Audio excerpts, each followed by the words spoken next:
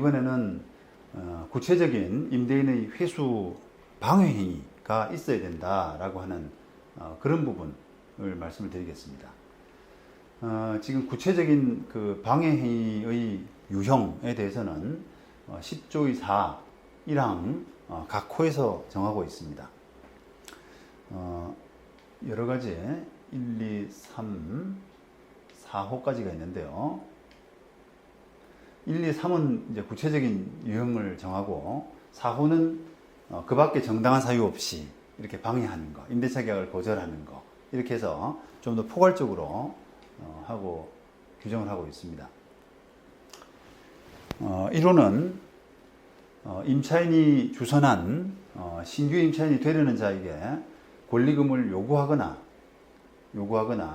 임차인이 주선한 신규 임차인이 되려는 자로부터 권리금을 수수하는 거. 그러니까 임차인이 신규 임차인을 소개를 했더니 권리금을 자기가 달라고 하거나 아니면 권리금을 받는 행위 이런 부분이죠. 그 다음에 임차인이 주선한 신규 임차인이 되려는 자로 하여금 임차인에게 권리금을 지급하지 못하게 하는 행위. 그러니까 주지 마.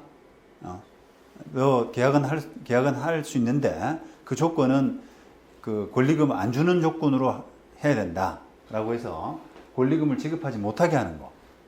그다음에 3호. 이게 제일 대표적인 건데요. 이게 차임을 많이 요구하는 그런 부분입니다. 결국은 임차인이 주선한 신규 임차인이 되려는 자에게 상가 건물에 관한 조세 공과금, 주변 상가 건물의 차임 및 보증금, 그 밖의 부담에 따른 금액에 비추어서 현저히 고액의 차임과 보증금을 요구하는 그런 행위를 말하는 겁니다. 지난 시간 말씀드린 것처럼 이게 판단이 참 애매합니다. 과연 이게 이런 뭐 조세 공과금 이런 거에 비추어서라고 하는데 그런 부분들이 얼마인지 그 소위 말하는 시세라는 것이 얼마인지가 좀 분명치 않고 그 다음에 그 기준을 넘어서는 이렇게 한 게 아니라 그 금액보다도 현저히 고액인 라는 것이 뭔지 이런 부분들이 또 애매할 수밖에 없는 거죠. 이 남부지방법원 2017년 판결은 제가 담당한 사건인데요. 이 사건이 보증금이 2억이에요.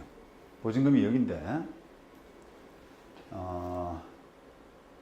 과연 시세가 아까 뭐 공과금, 조세 이런 것에 비추어서 기타 부담에 비추어서라고 하는 것이 시세라고 좀 뭉뚱그려서 이야기를 한다 그러면 과연 시세가 얼마냐 라고 하는 부분을 좀 감정을 했거든요.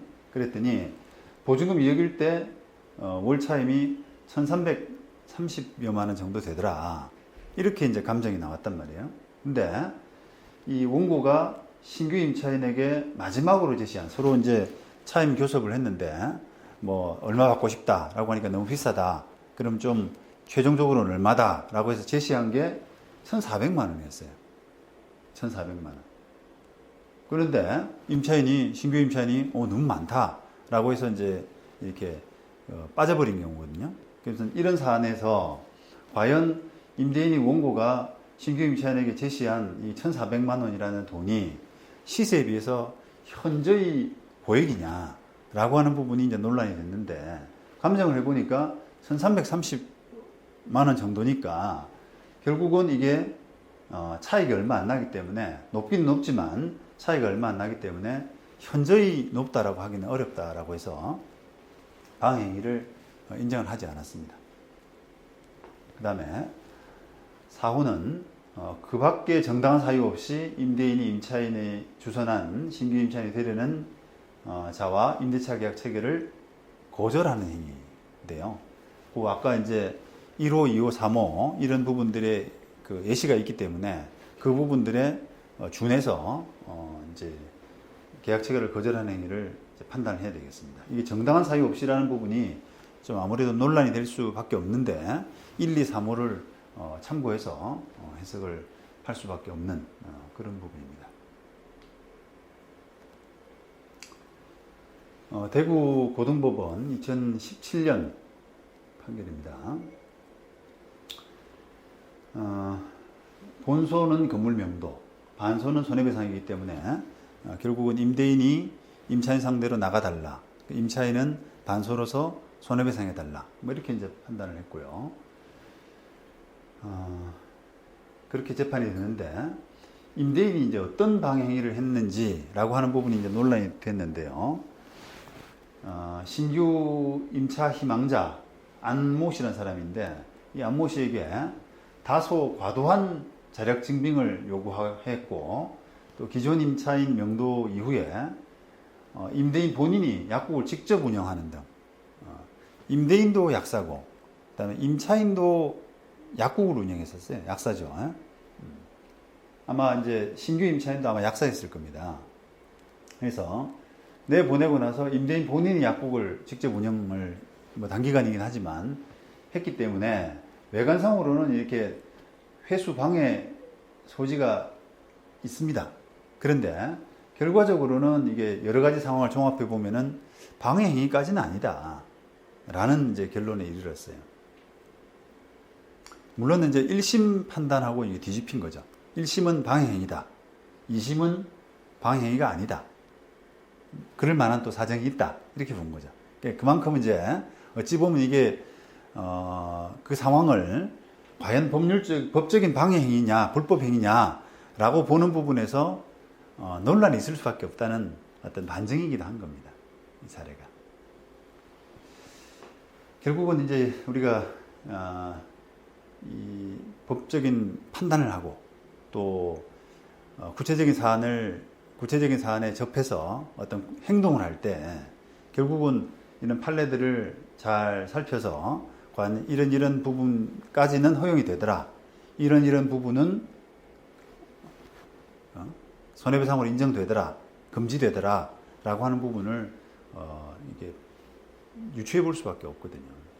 그래서 그런 부분에서 판례 그 사실관계를 좀 정확하게 여러분들이 살펴볼 필요가 있습니다.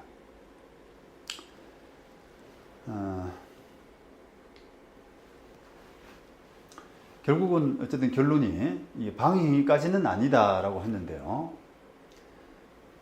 피고 임차인하고 원래 소유자 박모 씨가 임대차 계약을 체결한 게 2008년인데 7년 동안 한 번도 임대료를 인상하지 않았다. 이런 점을 고려하면 원고가 새로 들어와서 2015년 6월 달에 피고에게 임대차 계약을 재계약하는 경우에 보증금 1억 원 그대로 두고 월 차임을 250에서 350으로 인상하겠다라고 통지를 했죠.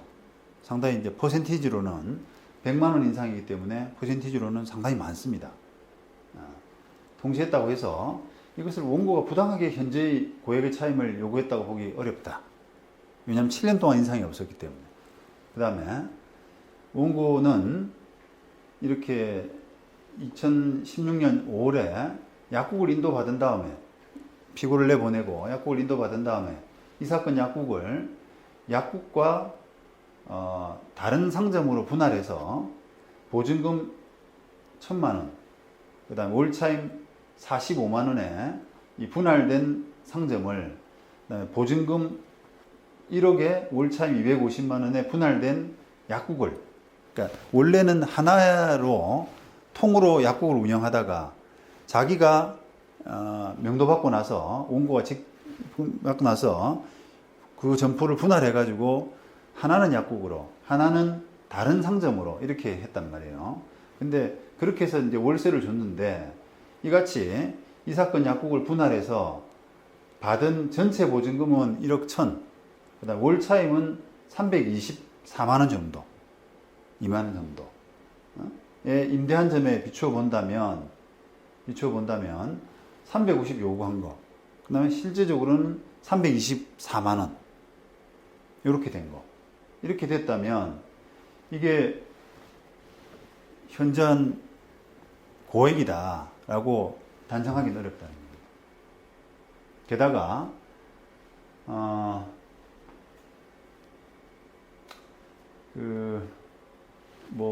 피고도 여러 가지 증거를 제출했는데 뭐 그런 상황을 종합하더라도 현재의 고액이라고 하기 어렵다. 그럼에도 불구하고 이 신규 임차 희망자, 신규 임차인 안모 씨는 월 300만 원의 입장을 고수했다. 그래서 임대차 계약 체결은 무산됐다. 이런 점을 하나의 이제 근거로 제시한 겁니다. 방해행위는 아니다. 방해까지는 아니다.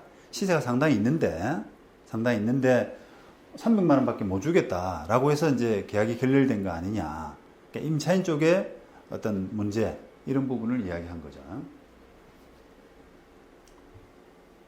그 다음에 원고가 2015년 5월, 6월경에 피고에게 월차임 350만 원으로 인상하겠다고 통지를 이미 했기 때문에 피고로서도 원고가 신규 임차인과 그 정도 임대료에 약국을 임대하려고 한다는 점을 알고 있었을 것이다.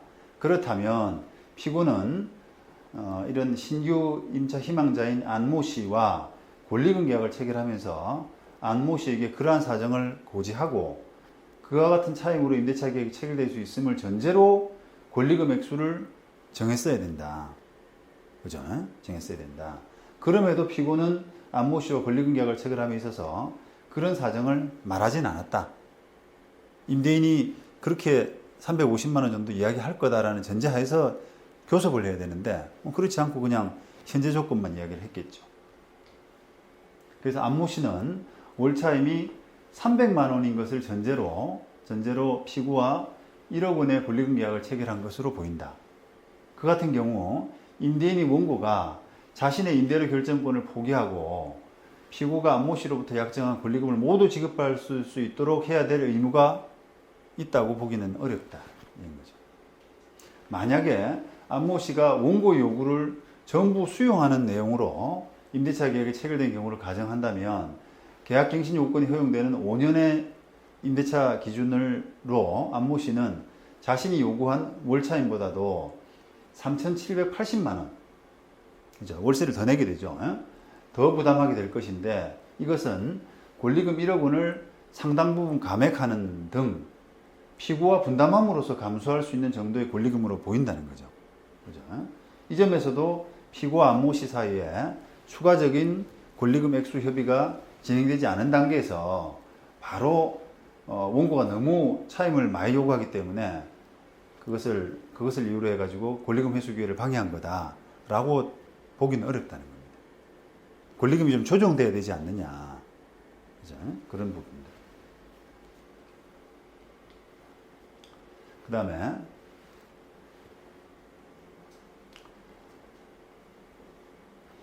직접 이제 원고가 이걸 약국을 좀 했거든요. 인도받고 나서 자기가 약국을 했는데 그 사정을 좀 이야기를 하는 겁니다.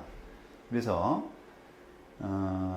약국을 인도받을 요때 무렵에 당시까지 근무하던 무슨 병원에서 퇴사한 다음에 약 한 7개월 가량을 이렇게 약국을 운영을 했어요. 인도받아가지고. 그러다가 최모 약사에게 이 아까 분할된 약국을 임대를 했죠.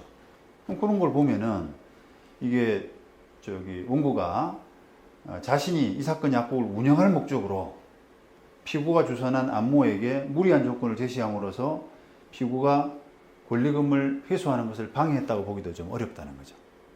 무슨 말인고 하니 그 소위 말하는 이제 권리금 약탈이라고 하거든요.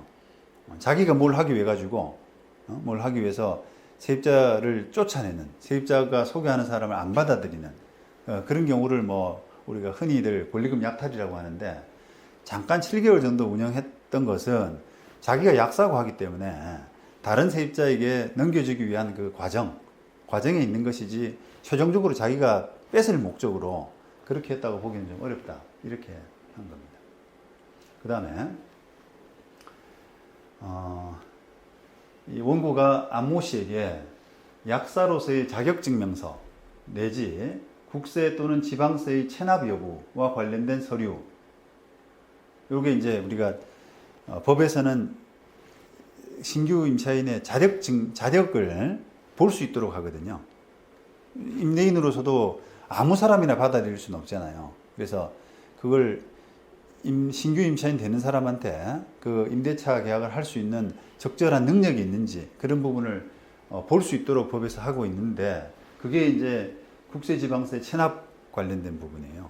세금 체납하고 있는 사람하고 계약을 체결하기 좀 어려우니까 그것을 넘어서서 개인정보와 관련이 있는 가족관계증명서, 그 다음에 예금 잔고증명서, 그 다음에 약국 운영계획서 이런 것 등의 제시까지 요구한 거는 지나치다. 좀 지나치다. 그러나 그 때문에 임대차 계약이 체결됐다라고 보지는 않는다. 법원 입장에서는. 그걸 다소 이제 이렇게 조금 여러 가지를 꼭 필요한 부분을 넘어서는 부분까지 요구했지만 아까 말씀드린 차임이 좀 안 맞다든지 이런 부분들이 가미된 거지. 그것 때문에 서류를 좀 과도하게 요구해서 무산됐다고는 보이지 않고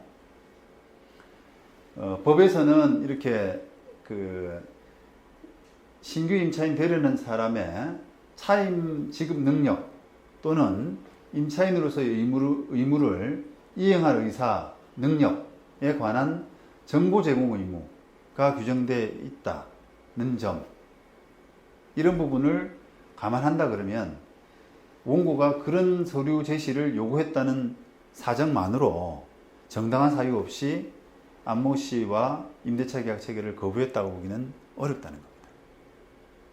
상당히 조금 이게 델리케이트하죠. 미묘한 겁니다, 되게. 반대로 1심 법원은 방행위로 인정을 했습니다. 잠깐 볼까요? 좀 이제 비교적 간단하게 썼어요. 원고가 직접 약국을 운영할 계획을 갖고 있었다. 좀 의도가 나쁘다. 그죠? 기존 세입자, 약국 하는 세입자를 내보내고 자기가 직접 꿰차려고 하는 그런 계획을 갖고 있었다. 두 번째, 원고는 새로운 임차인이 되려는 안모 씨에게 기존의 월차임보다도 40% 넘게 인상된 액수를 계약 조건으로 제시해서 인상폭이 매우 크다. 그죠? 그 다음, 원고는 안모 씨에게 약사로서의 자격증명 내지 국세, 지방세 체납 여부와 관련된 서류뿐 아니라 임차인의 자력 또는 능력과 무관하거나 개인정보와 밀접한 연관이 있다고 볼 수 있는 이런 아까 그런 서류들의 제출을 요구했다. 그 다음에 이같이 직접 운영할 계획을 가지고 자기가 직접 그걸 할 계획을 가지고 이 새로운 임차인이 되려는 안모 씨에게 통상적인 그 임대차 계약 체결 과정에서 요구되는 것보다는 좀 더 무리한 조건을 제시함으로써 전체적으로 보면은 그 권리금 회수를 방해한 것이 아니냐라고 이제 이렇게 본 거예요. 그래서 이런 부분들을 종합할 때 결국은 손해배상을 해야 된다라고 판단을 했습니다. 아마 이제 앞으로도 계속 이런 사례들이 쌓여져 가면서 이런 그 조금 논쟁이 있는 사안들이 많이 등장할 것으로 보여집니다. 지금 이제 불과 15년도에 시작했으니까요. 지금 이제 불과 한 4년 정도 그런 시점이지 않습니까? 그래서 이런 하급심 판례들이 많이 쌓일 것으로 생각이 됩니다. 여러분들이 계속 좀 연구가 필요할 수 있을 겁니다.